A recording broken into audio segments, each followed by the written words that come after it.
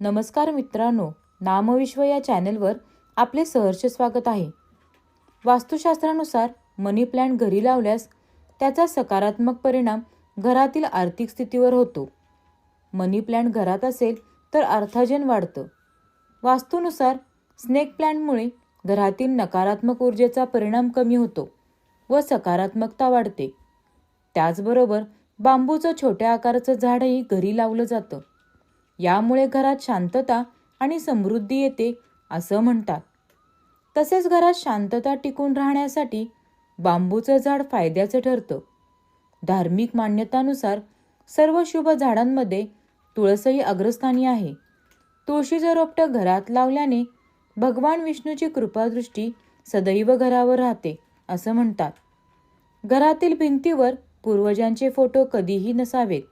ते फक्त त्यांच्या श्राद्धादिनी वर काढून पूजन करावे. घरात सर्वत्र सतत स्वच्छता असावी. जाळी जळमटे वेळेत काढली जावी. याने अहंकार वृद्धी होत नाही.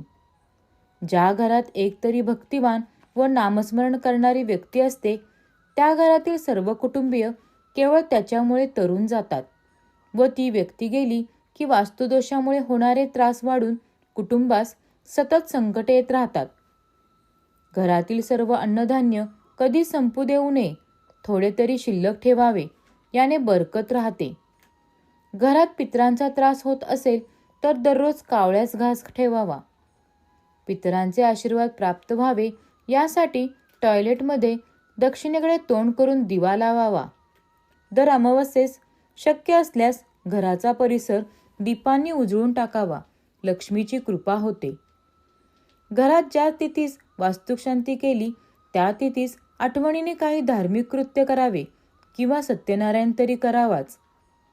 एखादे जुने घर घेताना पहिला मालक नक्की का घर सोडत आहे याची चौकशी अवश्य करावी.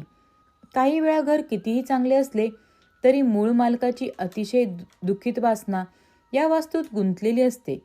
कारण त्यामागे तो आनंदाने ते विकत नसतो. त्याला झालेला तोटा, त्रास इत्यादी वाईट कारणे त्यामागे असतात.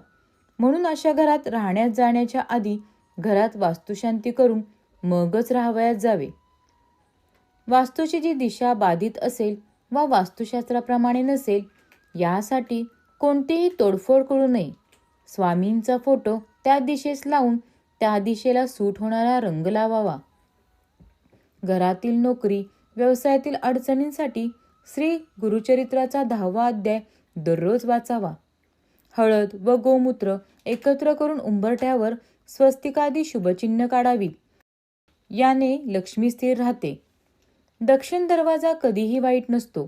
अनेकांचा हा केवळ गैरसमज असतो.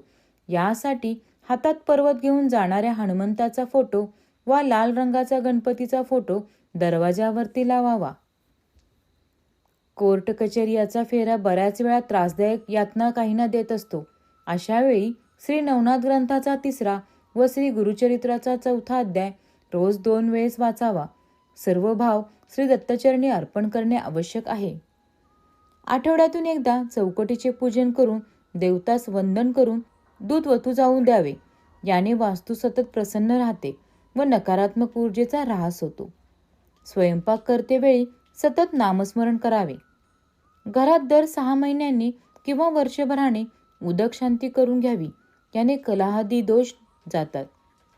घरात हिंगाचे पाणी सकाळी व संध्याकाळी शिंपडावे. याने घरात श्री लक्ष्मीचा सतत वास राहतो. वास्तूच्या जवळ जर स्मशान वगैरे असेल तर अशा वेळी घरात सतत श्री दत्तमाला मंत्राचा जप त्रिकाल वा 2 वेळा सकाळ संध्याकाळी मोठ्याने म्हणावा. तर मित्रांनो, व्हिडिओ आवडल्यास चॅनलला लाईक करा, शेअर करा आणि सबस्क्राईब करायला विसरू नका. धन्यवाद.